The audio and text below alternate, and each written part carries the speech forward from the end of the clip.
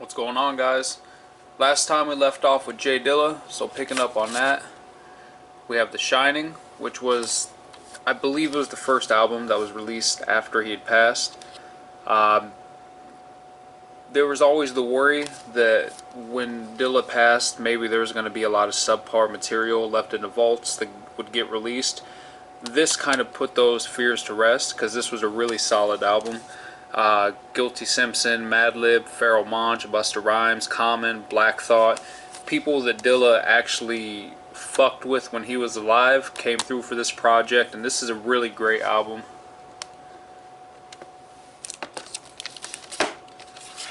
This one's interesting because I got this years ago, and I know there's like a super official legit version of this out now, but back when I got this, there's like mad bootlegs floating around. And I still, to this day, do not know if this is like a bootleg or an official version. But it was hard to find for a long time. And I found this for a good price and I scooped it up. And I was really happy to have that. I need to buy the newer one just to have that and add it to the collection. Rough Draft, which was an EP. This is the re-release. Comes with the instrumental version. More of Dilla rapping. Dilla was an underappreciated rapper. He was never a great rapper, but he had his own style. I always dug what he did. And this is nice to have. It was nice that this got a really nice reissue.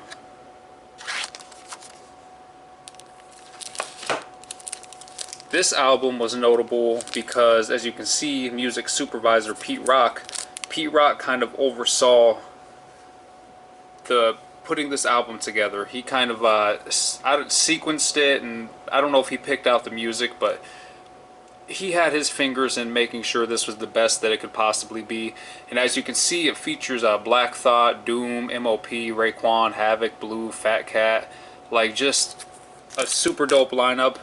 This isn't as good as The Shining, and this is kind of where you start to see that slight dip in the Dilla albums. This is where they really start to dig deep and try to get everything they can out of his legacy, but this is still a really good album, and I would recommend that.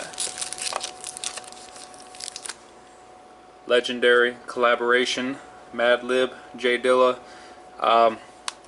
The way this one worked was half the beats are done by Madlib, the other half are done by Dilla, and they're both rapping over each other's beats, and it's just a super dope concept. And again, like I said before, Dilla's not an amazing rapper, Madlib's not an amazing rapper, but they both have a unique style and sound that's interesting, and just having this for their production alone it's worth everything. This one I haven't listened to a ton. I picked it up for cheap. It's one of the later releases. At some point I'm going to have to sit down with it. I've heard decent things about it. A lot of the later Dilla stuff you don't hear overly glowing reviews for. This was a cool little compilation. As you can see on the cover, it says 1995 to 98, the Delicious Vinyl Years, Originals, Remixes, and Rarities. It's a 2-disc set. Far Side's on there. Far Side's on there a lot, actually. Q-Tip. I got this a long time ago. It's really dope. I should listen to this more. I really need to listen to that one more. I used to listen to it all the time. I haven't touched it in quite a while. This was really dope. This was it's a mix done by J-Rock, basically a tribute to Dilla. It's just a mix of all of his dope music, and there's a volume 2 to this, but I remember having a hell of a time tracking this down, and I remember like volume 2 was even fucking harder to find, and I kind of gave up, honestly. I haven't looked in so long, but eventually I hope to have volume 2. This was a really dope set that my wife actually got me. Let's take it out of the slipcase. So, as you can see, 3 volumes there. The first volume, Dilla's production for various artists. This is just a bunch of random artists that Dilla produced for. Common, Erykah Badu, De La Soul, Chino XL's on there. Went out of order, didn't we? Volume 2, which is my favorite because I'm a sucker for remixes. This is Dilla's remixes for various artists.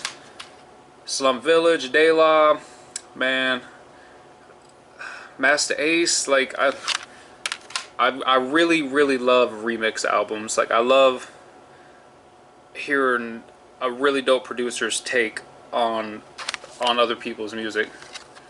And then 3 was Dilla's production, which I believe is like his own solo work. Yeah, working on it. Of course, I got working on it there. You know, it's the solo shit. But yeah, I love this. I love this collection, man. I was so thankful for my lady for hooking me up and getting it for me. Yeah, that one's a must. That one is a must for Dilla fans. Slum Village is a group I did not get into until way later on. I've always had this album because everybody said this was the album to have. And obviously Slum Village is best known for the group that originally had Dilla as a member. Like the original trio he produced. It was him. I can't even remember the other 2 MCs. That's how out of the loop I am with Slum Village. I actually have some more Slum Village projects tucked away. I just haven't put them on the shelf yet. But I really like this album. As far as the rapping, they get better later on when the members kind of cycle out and they bring in Elzai, and that's where you're introduced to Elzai, and Elzai is just fucking phenomenal. But this is a great album. It deserves all the praise it gets. And speaking of Elzai, that is a Detroit classic. Elzai proved himself to be an elite lyricist on this album. And just if you're a fan of just raw Detroit Midwest hip hop, this is everything you could ever want, man. This is such a great album.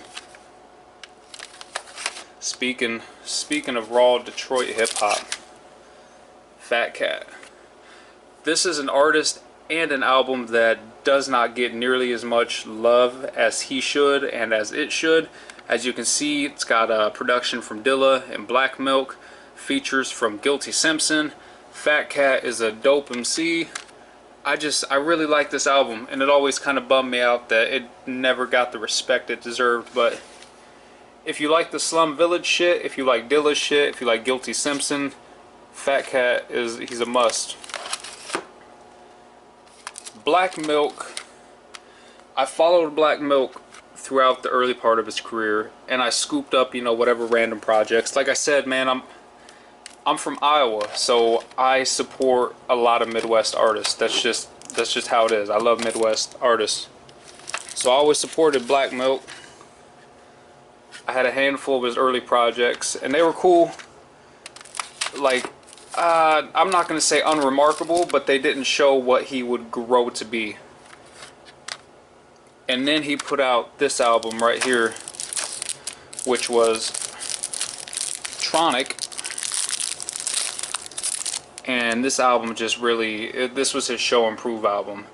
This showed that he was a top tier producer, he was a top tier rapper, and just, it really put him on the map. Like, this is where a lot of people really started to take notice of his name. And it was just, man, this album, a lot of people consider it a classic. I don't know if I'd go that far. It's definitely his classic. Like, if you're going to peep one Black Milk album, that's definitely the one to check out. This one I actually got not too long ago. No Poison, No Paradise. This is another dope one. Once he hit Tronic, everything afterwards was just quality. It's all quality music. Maybe not as good as that album, but definitely good all the same. Atmosphere, I have a bunch of Atmosphere shit. This first album is interesting. As many of you will know, Atmosphere originally consisted of well, Slug and Ant is the group that everybody knows now, but back then it also had another rapper, Spawn. And this is the only project that they released that he was a part of. And Spawn was a really dope rapper. He brought a really interesting style to the group. And Slug also raps really different on this album. He's very underground rapidy rapping. And this is a cool album. It's definitely dated. It's a product of its time, but it laid the groundwork for what they would become. A lot of people love this album, and I did not care for it. I believe, what was this? This was Headshots, right? The Headshots was originally like a mixtape series, and I don't think a lot of people are overly familiar with it, but this was like the last in the Headshots mixtape series, and they just said fuck it and made an official like album out of it. The bonus disc that it comes with is much better than the actual album, I felt. Now a lot of people swear by this album, a lot of people love it. I didn't like Ant's production on it. I thought his production was really lacking on that album. A lot of people would consider this to be their best album. I would not argue with that. This was probably the first album of theirs I ever heard, and it might be the quintessential Atmosphere album. Like when you think of Atmosphere, this is always the album that I think of.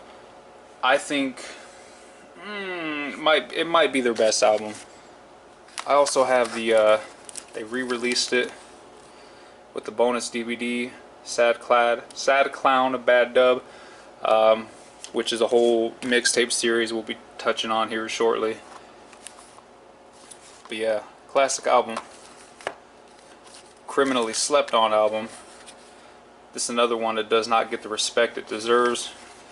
It has a song, Trying to Find a Balance, man, which is probably my favorite Atmosphere song. That song is so dope. Nobody talks about this though, and I don't know why. Like, this is as good as God Loves Ugly for me. This album took me a long time to appreciate. At first, I was very disappointed by it. I wasn't feeling it. And now it's like one of their best albums, in my opinion. And it's dope because it has a mixture of traditional Atmosphere music, like what you would find on God Loves Ugly. But then it's also got a mixture of like old school, Public Enemy, Bomb Squad inspired, just raw hip hop. And that kind of threw me off at first. It threw me for a loop. I didn't really understand it. But once I had time to digest it, like that's another one where it could be their best album. They got a lot of albums that could be their best albums. This one was dope. When Life Gives You Lemons, You Paint That Shit Gold. This was notable for not only being a really... This might have been the first album, I think, that Ant produced without sampling. Because he doesn't sample no more. And I think it started here. But this was also, as you can see, it's a book. And it was a book that I believe Slug wrote. And the concept is it's like a children's book or some shit. We'll open it up. Yeah. And it was cool. It was really cool, man. The lyrics. Put that up later so I don't have to fight with that. What do we got here? Southsiders. This is when Life Gives You Lemons came out, they kind of hit this stride where everything they put out was kind of in the same vein. It wasn't radically different like how their earlier stuff was so different from album to album. They fell into a groove, and Southsiders kind of continues what they did on When Life Gives You Lemons, and it's another really, really dope one. The song Southsiders especially is fucking really good. And see, it almost feels like a trilogy to me, because all three of these albums flow so seamlessly together. And if like you like one, you're gonna like all of them. Like, they're all equally as good. This one has Doom and Kool Keith and Aesop on it, which is great. You usually don't get a lot of features like that on Atmosphere projects. Alright, what do we got in here? What do we got? This was a freebie. It came with one of the albums I ordered. I can't remember. Happy Clown, Bad Dub 8. The Sad Clown Bad Dub series was originally like cassette releases of really shitty audio recordings from their live concerts. And then it slowly just kind of morphed into a mixtape series. I think this might have been the first like legit mixtape. And this is really good too. Like, I played the fuck out of this when I got it. And then they started cranking out the seasons. So you had Sad Clown Bad Fall. I can't remember if there was 3 or 4 for the seasons. I feel like there'd be 4, but maybe not. Sad Clown Bad Winter, that's 11. Here, let's see. Let's count some numbers real quick. 11, 10. And then, what do we got? That was my favorite one, number 9. Sad Clown Bad Summer was by far the best out of that whole run. I feel like maybe there's a fourth one, but maybe not. I'm going off the cuff here. You have to forgive me. I don't even remember what the... I think there's... Yeah, I got two of them tucked away here. Strictly Leakage with the EPMD homage. That's a fun little... I can't remember if that was an EP or a mixtape. And then this was... What was this? The Lake... It's a single. Basically, it's a single. I'm not even going to try to fucking butcher that name. But yeah, these are both just random ones I picked up. I think they might have both been released for like free as digital, but then they put them up to buy for CD, and fuck it, I'm a CD guy. I'll snatch them up. This was an EP. Oh, I got two tucked away there too. This was an EP I wasn't really a huge fan of. I actually listened to it just recently too. I go back to this one a lot just to see if my opinions change on it, and it never seems to. I don't like the production on it. Sometimes Ant's production just doesn't hit me the right way. And Leak It Will, I don't remember shit about that one. I'd have to listen to it again. But I do remember, I think this was another freebie that was released digitally, and then they pressed up some CDs.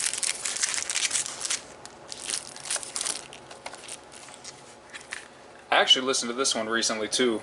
It's got like a super funky, fuzzed out guitar production from Ant. I wasn't a huge fan of this one either, but there's nothing wrong with it. It was solid. It's a solid release. What are we going into? Oh man, this was really good too. This was a really good one. I didn't get this one till a little bit later. I was a little late to the party on that one, but this whole album was just solid front to back. I was really impressed by it. And then they followed it up with... Apparently the music for this was created for some TV show, or it's a TV show or a movie or something. Somebody had reached out to them and basically commissioned them to make this music. And then the TV show fell apart and the deal fell through, and they just said fuck it, and they took the music and just put it out on an album. I didn't like this. I need to listen to it a little bit more, but something about it just didn't vibe with me. It was just seemed kind of I don't know, it just wasn't up to the standards that I expect when I think of Atmosphere. Maybe I just need to spend more time with it. We'll find out. This one was kind of like a little underground supergroup. Slug, produced by Ant. Self-Divine. Like, this is just some of that early raw underground hip-hop. Like when everybody just got together and just fucking rapped just to rap. The Felt projects, super interesting. That was essentially Slug teaming up with Murs from the Living Legends. This one was produced by The Grouch, which was also a fellow Living Legends member. So this one was cool. The production on it wasn't great. It was solid. But it was really interesting because you basically have Slug and Murs rapping over Living Legend styles production. And then Volume 2 came out and it was produced by Ant. So then on the flip side, you have them rapping over Atmosphere style production. So those two albums together actually create a really interesting dynamic. Felt 2 was way better than the first one, like in just about every conceivable way. And then Felt 3, which was a big deal because it was produced by A$AP Rock, was probably the best of all three. There's a fourth one, and I still haven't heard the fourth one, and it's produced by Ants again, which kind of disappointed me. I was hoping they would keep experimenting with different producers. But as of right now, the one produced by A$AP is far and away the best. A lot of people were surprised by how dope A$AP's production was. Like, I think a lot of people were still sleeping on him as a producer at that time. Beyond, that's a solid album. Not a lot to say about it, but it is solid. Some Slug features on there. But if you want to talk about great albums, you have to talk about Brother Ali, Shadows on the Sun, which was fully produced by Ant. I consider this easily to be a classic album. Some amazing lyricism, some amazing storytelling on there. Ali has a great sense of humor. I was traveling the first time I heard this. I was actually traveling cross country, and I had this in the headphones, and I listened to this album over and over and over and over again, and it was just, I still, every time I put it on, man, it just reminds me of being on that Greyhound and just traveling. That's a classic, classic album. The EP that followed it was essentially more of the same. Not as good as the album, but I mean, if you like that album, you're gonna like the EP. And Brother Ali's got a lot of really dope albums, which we will be talking about next time because we have officially reached the end of the show. Alright guys, so let's see. Yeah, next time we got some Brother Ali ideas in here, Psalm 1, Evidence. We're going to run into some Alchemist, a lot of mellow music shit, a lot of Apollo Brown. That should be interesting. Anyways guys, I appreciate it.